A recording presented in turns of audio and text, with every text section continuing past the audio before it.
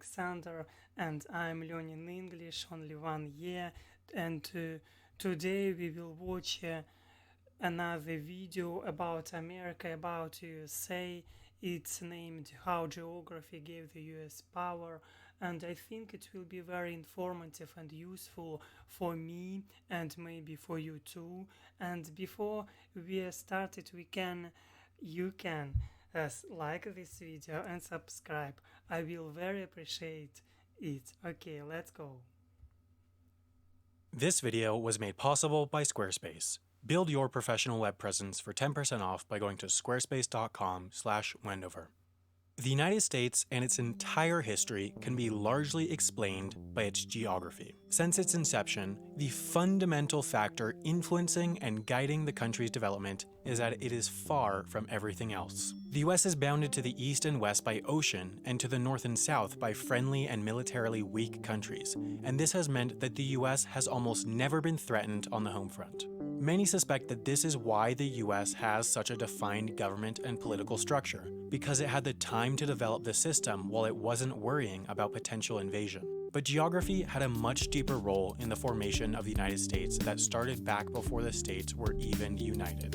It all started back in the colonial era. The 13 colonies were essentially split into 3 geographically distinct groups that can explain why the areas look the way they do today. The New England colonies were heavily forested and had some fantastic natural ports like Boston and Newport. However, the area had a short growing season and a rocky landscape, which meant that the crops never grew very well. Therefore, the area ended up as a center for shipbuilding activity and fishing. To get their food, they would trade with the breadbasket of America, the middle colonies. This mid-Atlantic region was fantastic for farming. The area has a long, warm growing season and plentiful, arable soil. It also has navigable rivers stretching far inland that could help transport goods. Philadelphia and New York were the 2 major cities of the colonial era, and their locations reflect their roles. You'll notice that both New York and Philadelphia are at the mouth of significant navigable rivers, while Boston is not. The inland mid-Atlantic farmers transported their goods via these rivers, so the major cities grew as trading posts at the end of these rivers. If New England had been a farming-based economy, its largest city would likely have developed here, at the mouth of the Connecticut River, but even though it was navigable, the river was of little use to the area. Having a major ocean-going port in Boston was what was important for the maritime-based New England economy. Further south were the southern colonies, home to some of the oldest colonial settlements.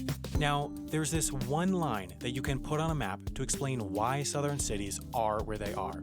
It's called the fall line. The technical explanation is that this is where the soft sedimentary rock that forms the coastal plains meets the hard basement rock that forms the land farther inland. The simple explanation is, however, that above this line, rivers will have waterfalls and rapids. Below, they'll be flat and navigable. Baltimore, Richmond, Durham, Raleigh, Columbia, Augusta, and a bunch of smaller cities all sit almost exactly on the fall line. There are 2 reasons for this. The obvious one is that below these cities the rivers were navigable, so colonists could get to these cities. But what was perhaps more important was that they were far inland, which gave protection. Spain controlled Florida for much of colonial history and had a significant military presence. At the time, it was reasonable to think that they would continue their expansion by moving up the coast, so colonial cities in the south chose their locations in part based on natural fortifications. But some of the most significant events in US history happened because of one fact: the South is hot. Very early into colonial history, settlers in the South figured out that the area was fantastic for tobacco cultivation, and England loved tobacco. The only Yes, I heard about this fact what England loved tobacco. I don't know now, maybe all the world loved tobacco. But I heard what they used slavery for that, and I think it's a bad decision, it's a bad story, and yes, I heard that. problem was, tobacco is a much more labor-intensive crop than wheat or beans or corn, so the farmers brought in help, just not voluntarily. The American South became one of the biggest destinations of the slave trade, and plantation owners were getting filthy rich. A big reason slavery existed for so long in the US was actually because the South was so physically big. You see, the job of Supreme Court justice used to be part-time. In the 19th century, the justices would only come to DC for a portion of the year, and for the rest of the year, they would travel around an assigned area and hear cases alongside local judges. The problem was, the North was much more densely populated and had better travel infrastructure than the South.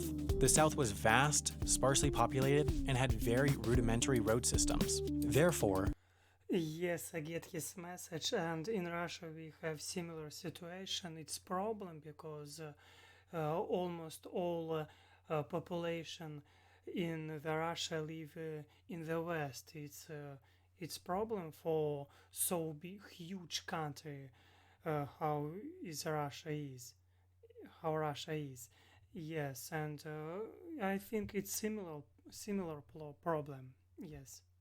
judges assigned to the North were given a smaller area with a larger population, while the Southern judges were given a larger area with a smaller population so that they could get around their whole circuit in the same time. Therefore, in the 19th century, when considering the constitutionality of slavery, the South, the slave-owning area, was overrepresented in the Supreme Court. The crucial Dred Scott case in 1857, which cemented the legality of slavery in U.S. territory, was decided by a bench of 5 Southern judges and 4 Northern ones, even though only 8 million of the country's 27 million free inhabitants lived in Southern states. Although some may call it a stretch, you can at least partially attribute the Civil War to the weather in the South that made tobacco and cotton cultivation possible. So how did the U.S. end up becoming the superpower it is today? After the colonial era, the United States had to push out west to gain the strategic advantage of isolation. In 1800, what is now the US was essentially divided into 3 sections ruled by 3 countries: the United States, France, and Spain. In the colonial era, nobody really ventured west of the Appalachians. There was no real reason to, and it was the unknown. In fact, it wasn't until 1789 that the first explorer crossed the continent to the Pacific overland. The first problem preventing expansion was Spain and France's ownership of the Mississippi River region, or more specifically, New Orleans. You see, New Orleans was perhaps the most important city on the continent because it lay where the most important river on the continent met the ocean. The Mississippi River has an absolutely enormous watershed that all drains here. He who controlled New Orleans controlled the entire middle country. There were almost no roads going from east to west in North America in the early 1800s, so to get something from Pittsburgh to New York, it was actually easier to ship by boat on the Ohio and Mississippi rivers to the Atlantic than to make the 300-mile overland trek. Rivers were how people got things around, so without access to New Orleans, the US had no access to the rivers. Yes, I get it, and I think it's very important to have rivers in your country because sometimes it's really difficult when you don't have a road. It's very difficult to be there when you want. Yes, yes, I think you get my message. Yes, and your rivers are important just for normal life. Yes, when you want to receive something from from somebody, it's important. Yes. And without access to the rivers, the US couldn't get crops and other goods from this region to the outside world. Luckily, France agreed to sell New Orleans and the rest of their huge swath of land to the US in 1803 for the equivalent of $250 million 2017 dollars. This proved to be one of the best purchases in history, as the area now has an estimated value of $1.2 trillion. The US then got access to the Pacific in 1819 in the Pacific Northwest, then fully in 1848 at the end of the Mexican-American War upon the secession of California and the Southwest from Mexico. The United States now existed from sea to shining sea. It was at this moment when people were convinced, with merit, that the US was untouchable. No real superpower existed in the Western Hemisphere, which meant that nobody could truly threaten the existence of the United States. Any invading army would have to run supply chains across oceans, which greatly reduces power, and at least historically, there was no threat of another superpower arising on the North American continent because of, once again, geography. Mexico was largely a desert and had no solid river system like the US to facilitate ease of movement. Without a solid transport system and ability to easily grow crops, it had little chance of gaining the population and level of development necessary to rival the US. Canada also had its own transportation problems. It didn't have any rivers crossing the country, its climate didn't allow for much farming, and mountainous terrain made roads difficult. Few realize that even today, only one two-lane road connects the entirety of eastern Canada to the entirety of western Canada.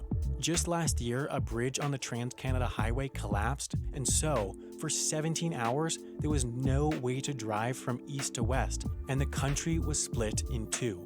If ever Canada was invaded by land, there would be no solid way to facilitate troop movement, and it would likely operate more as regions than a cohesive country.